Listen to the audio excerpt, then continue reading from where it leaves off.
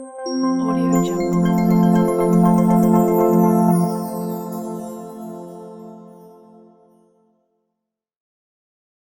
नमस्कार दोस्तों, स्वागत है आपका मेरे YouTube चैनल में और मैं हूं आपके साथ डॉक्टर प्रदीप नेगी। दोस्तों, आज मैं इस वीडियो में आपको सिस्ट के बारे में जानकारी देने वाला हूं, यानी गांठ जो हो जाती है हमारे शरीर में उसके बारे में जानकारी देने वाला हूं। साथ ही वो कौन कौन सी ऐसी होम्योपैथिक मेडिसिन्स हैं जिसके यूज़ से आप इस सिस्ट से छुटकारा पा सकते हैं। तो चलिए बात करते हैं सिस्ट की कि सिस्ट क्या होती है। दोस्तों, सिस्ट एक बहुत ही कॉमन डिजीज़ होती है जो कि मेल या फीमेल दोनों में किसी को भी हो सकती है, जैसे ओवेरियन सिस्ट, सीबेसियस सिस्ट। तो ये बहुत सारी ऐसी सिस्ट होती हैं, गांठें होती हैं जिनको लोकेशन के आधार पर भी हम इसका नॉमिनेशन करते हैं।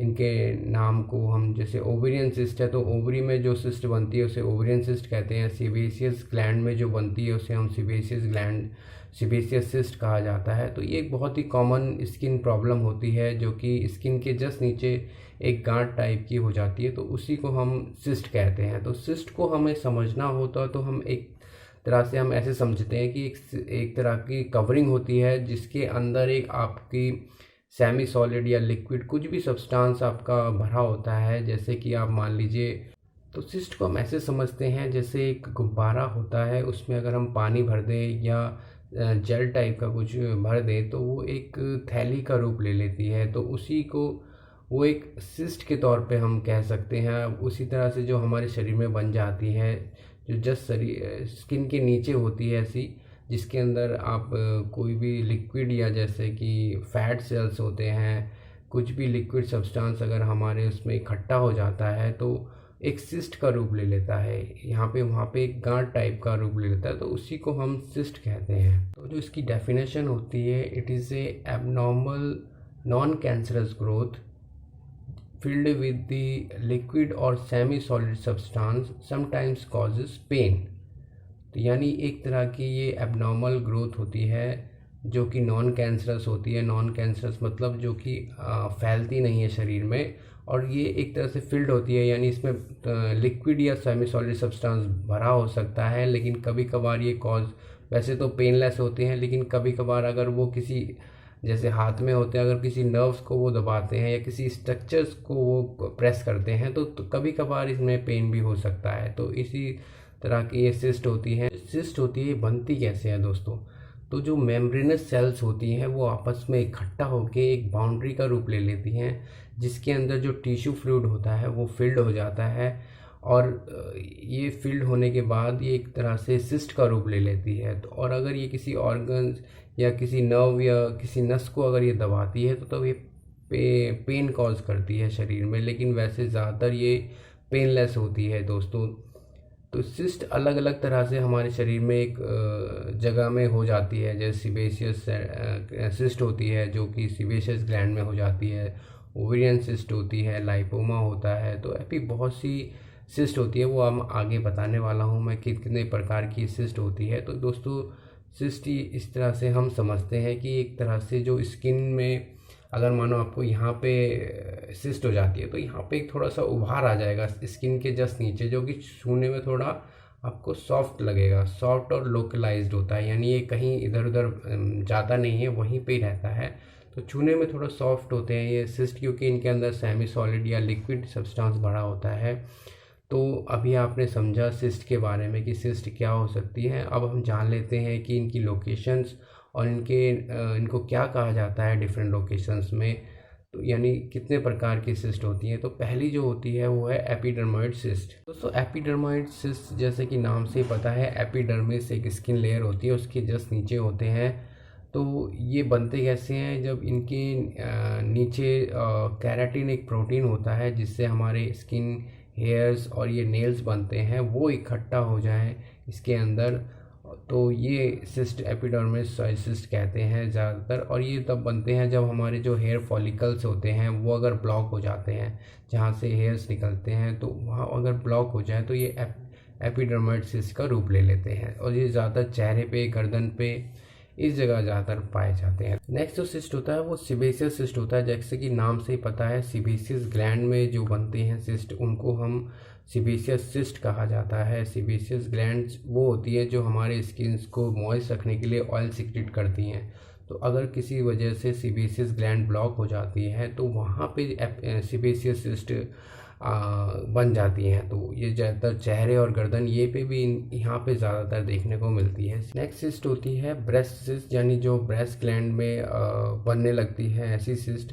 ये एक तरह का लंप होता है जो कि कभी कभार पेनफुल भी होता है, वैसे ज़्यादातर पेनलेस ये होती हैं। नेक्स्ट सिस्ट होती है गैंग्लोनिक सिस्ट, जिसे हम ज़्यादातर ये कलाइयों पे रहती है। अगर यहाँ पे सिस्ट हो जाता है इसको गैंग्लोनिक सिस्ट कहते हैं, जिसके अंदर ज़्यादातर फैट सेल्स मौजूद होते हैं, टिश्यू सेल्स से ये फिल्ड होता है। तो इसको हम गैंग्लियोनिक सिस्ट कहते हैं ज़्यादातर।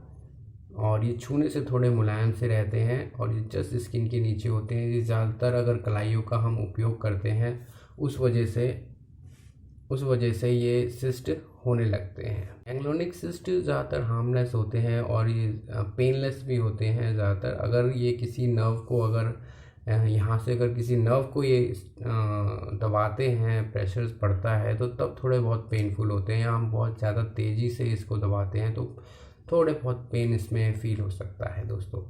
तो जो नेक्स्ट सिस्ट होती है वो है पाइलोनिडल सिस्ट, जो कि बटक एरिया या आपके बैक में हो जाते हैं और ज़्यादातर इन्फेक्शन की वजह से होता है, जिसके अंदर पस सेल्स मौजूद होते हैं दोस्तों। तो ये एक तरह का सिस्ट होता है पाइलोनिडल।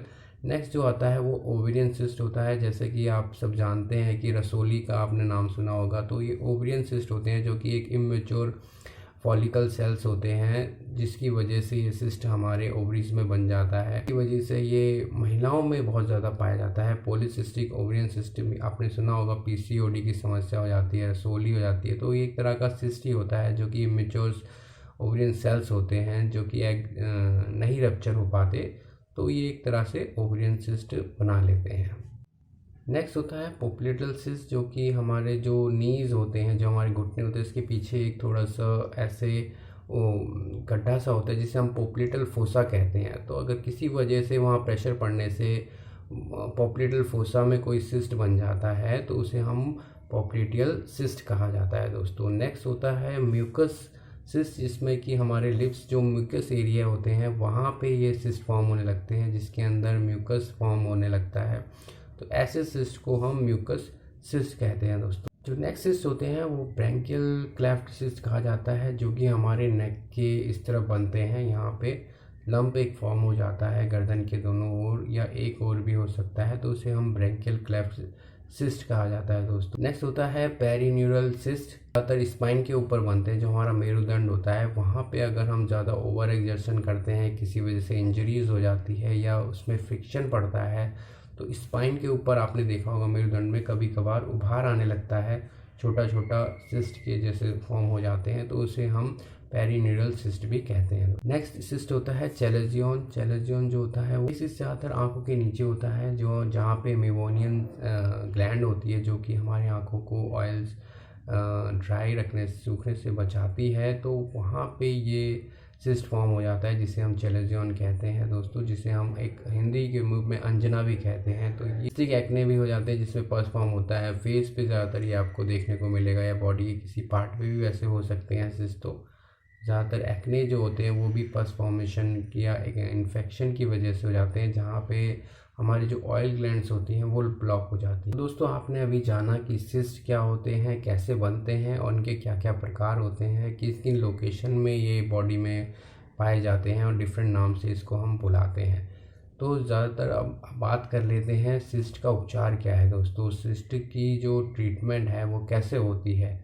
तो ज़्यादातर लोग जो होते हैं सिस्ट फॉर्म होने पे ऑपरेशन के लिए, सर्जरी के लिए रिकमेंडेड कर देते हैं ज़्यादातर डॉक्टर्स। तो अच्छी बात ये है कि होम्योपैथी में इसका इलाज है और सर्जरी से आप बच सकते हैं, क्योंकि अगर शरीर में बहुत ज़्यादा सिस्ट हो जाए तो उसकी सर्जरी होना बहुत थोड़ा टिपिकल हो जाता है। सर्जरी एक विकल्प हो सकता है, लेकिन होम्योपैथी मेडिसिन है, आप उसको इस्तेमाल करने के बाद सर्जरी से भी बचा जा सकता है। तो जान लेते हैं वो कौन कौन सी होम्योपैथिक मेडिसिन है जिसके इस्तेमाल से आप इस सिस्ट से छुटकारा पा सकते हैं और ये सिस्ट को आप ठीक कर सकते हैं।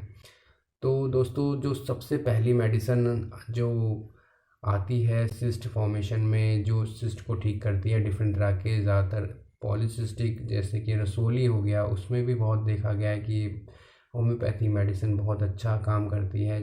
लाइपोमा के केसेस में एक तरह से सिस्ट होते हैं ये भी, जिसमें फैट सेल्स बनने लगते हैं, तो उसमें भी बहुत अच्छा काम करती है। तो कैलकेरिया फ्लोर आप ले सकते हैं 6x पोटेंसी में, एसबीएल कंपनी की हो या जर्मनी की हो, ये सारी एक जैसी होती हैं, इनके इफ़ेक्ट एक जैसे होते हैं, तो इसमें कोई दिक्कत नहीं है कि आप एसबीएल की लें या जर्मनी की, कोई भी आप कैलकेरिया फ्लोर ले सकते हैं 6x की।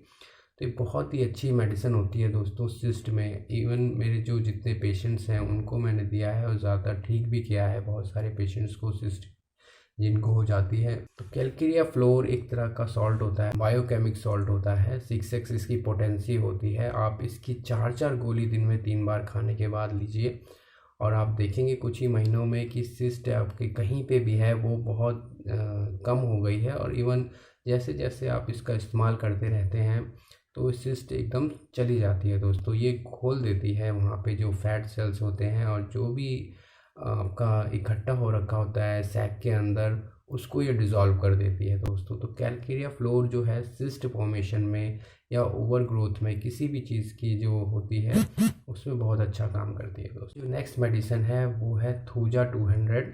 तो थूजा 200 ये एक एंटीसाइकोटिक मेडिसिन है, यानी जहाँ पे भी एबनॉर्मल ग्रोथ हो रखी है, जहाँ पे भी एक्युमुलेशन हो रखा है, चाहे वो स्किन की ओवर ग्रोथ हो रखी हो, किसी भी चीज़ में, सिस्ट में भी यही होता है, वहाँ पे इकट्ठा हो जाते हैं सेल्स, तो उसमें ये थूजा जो 200 है बहुत अच्छा काम करती है दोस्तों।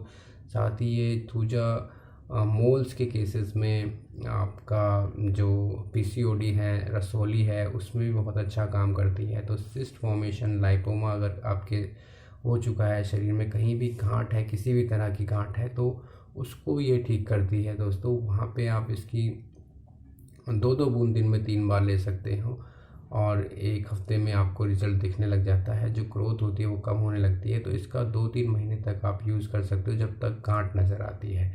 तो बहुत ही इफ़ेक्टिव मेडिसिन है दोस्तों स्किन की ओवर ग्रोथ के लिए। और लाइपोमा के केसेस में या सिस्ट जो पॉलीसिस्टिक ओवेरियन डिजीज़ हो जाती है, पीसीओडी केसेस में बहुत अच्छे रिजल्ट देखने को मिले हैं। बहुत ही इफ़ेक्टिव मेडिसिन है थूजा 200 दोस्तों। आप इस एसबीएल की भी ले सकते हो या जर्मनी की भी ले सकते हो, दोनों ही सेम काम करती हैं दोस्तों। ये थी मेरी जानकारी सिस्ट के ऊपर, यानी गांठ अगर आपको हो जाए तो वो कौन कौन सी टॉप होम्योपैथिक 2 मेडिसिन्स हैं जिसके यूज़ से आप सिस्ट से छुटकारा पा सकते हैं। तो आपको ये मेरी वीडियो कैसी लगी, लाइक शेयर एंड कमेंट ज़रूर कीजिएगा दोस्तों। अगर आपने मेरा चैनल सब्सक्राइब नहीं किया है तो मेरे चैनल को सब्सक्राइब ज़रूर कीजिए, क्योंकि आने वाली हर एक वीडियो की जानकारी आप तक पहुंचती रहे और आप उस वीडियो को देख के अपने सेहत से जुड़ी सारी समस्याएं ठीक कर सकें। उससे जो आपकी अगली मुलाकात होगी वो मेरी नेक्स्ट वीडियो में होगी।